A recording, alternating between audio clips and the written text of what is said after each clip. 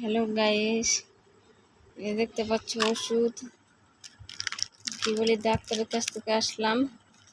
কাল রাত থেকে খুবই আমার শরীর খারাপ, আর ওষুধ ছিল সকালে দেখেছিলাম, ওগুলো খেলাম। তো ডাক্তার রেস্ট নিতে বলেছে প্রচুরভাবে। আমার শরীরটা খুব খারাপ, মুখ থেকে কথা বেরোচ্ছে না, সারাদিন উঠতে পারেনি।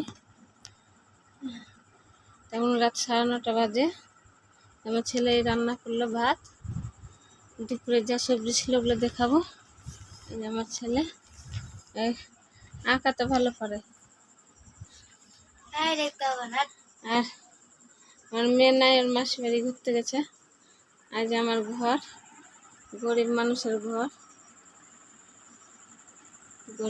ঘর দেখতে পাচ্ছ আমার ঘরের অবস্থা।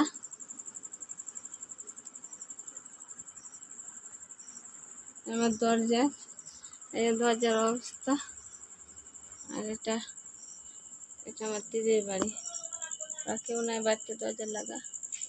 আর আমি এখানে রান্না করি, বাইরে রান্না করি। বৃষ্টি ঝড় আসলে খুবই আমার অসুবিধা হয়ে যায় রান্না করতে, যেহেতু ঘরে আমি থাকি। ঘরটা ছোট, যা জিনিস আছে তাতে আমার ঘরটা ভরে যায়।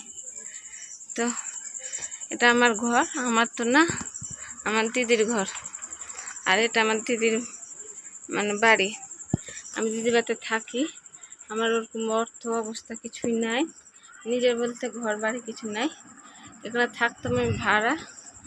লকডাউনে আমার এমন অবস্থা গেছে যে আমি ভাড়া চালাতে পারিনি।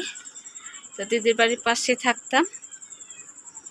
তো দিদি ফের ভাড়া থেকে নিয়ে এনেছে, ভাড়া চালাতে পারছিলাম না, তো দিদির বাড়িতে থাকছি। তো শরীরটা আমার এতই খারাপ যে আমি কথা বলতেও পারছি না। তো আমি ঘরের কাজ আজকে সম্পূর্ণ আমার ছেলে করেছে, আমি তো কিছুই ঘরের কাজ করতে পারিনি। রান্নাটাও করেছে আমার ছেলে। ওর বাবা নাই, কাজে গেছে, ওর বাবার কাজ হয় না।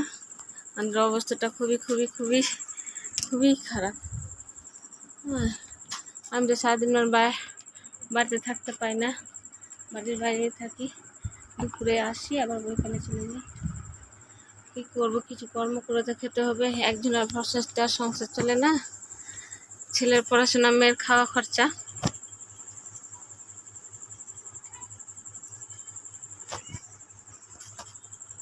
তার জন্য নিজেকেও কাজ করতে যেতে হয়। আমার শরীরটা এত খারাপ, কি জানি কাজগুলো আমার ছুটে যাবে নাকি। তার ভিতরেও পারি না, সময় পাই না। কিন্তু সবসময় তো কাজ নিয়ে ব্যস্ত থাকি, তো সময় করে আমি একটু পারি না। তাও চেষ্টা করি একটু ভিডিও করার জন্য। তো ভিডিওগুলো কেমন লাগে জানি না, কিন্তু করে ছাড়ি। ভালো লাগলে কেউ কমেন্ট করিও, খারাপ লাগলেও কেউ কমেন্ট করিও।